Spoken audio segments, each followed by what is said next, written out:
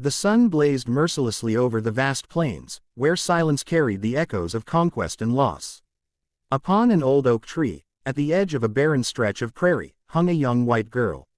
Her pale skin was marked by dust, her fragile body suspended by a coarse rope, swaying with the dry wind. A crude wooden sign, scrawled in black charcoal, dangled against her chest, Indian Land.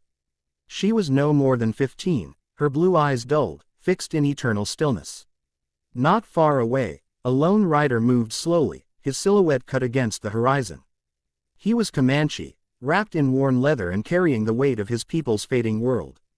His long hair, streaked with the dust of the trail, fell loose across his weathered face. He had wandered for days without purpose, for there was little left to fight for. The wars were lost, the buffalo nearly gone, and his band scattered. Loneliness clung to him like a second skin.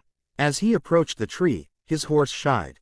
He saw her, so young, so lifeless, left as a cruel warning or a mockery. The sign was not just for her. It was for all who would see it. A declaration of stolen land, a reminder of conquest.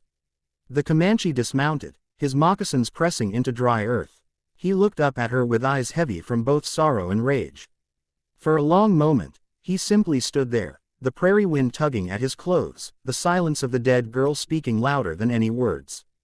Then, with a slow, deliberate motion, he pulled his knife from its sheath.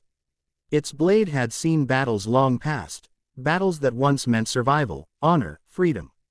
Now, it was used for something gentler. He climbed just enough to reach the rope. The fibers were coarse, biting against his hand. With one swift cut, he severed it. Her body fell softly into his arms, lighter than he expected, fragile as a broken bird. He laid her carefully on the earth, folding her hands over her chest, as though restoring the dignity that had been stripped from her in death. The Comanche did not speak. Words had no place in that moment. He only stared at her face, so young, so far from home, caught in a war neither she nor he had truly chosen. She was not his enemy. She was simply a victim, like his own people. When he rose, he planted the knife into the dirt, staring at the sign that still swung on its rope. Indian Land. The word stung, a bitter reminder that blood had soaked every inch of soil beneath his feet.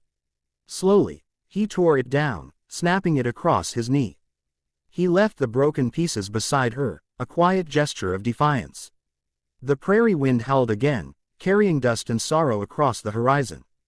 The lonely Comanche mounted his horse once more, casting a final look at the girl resting in the earth.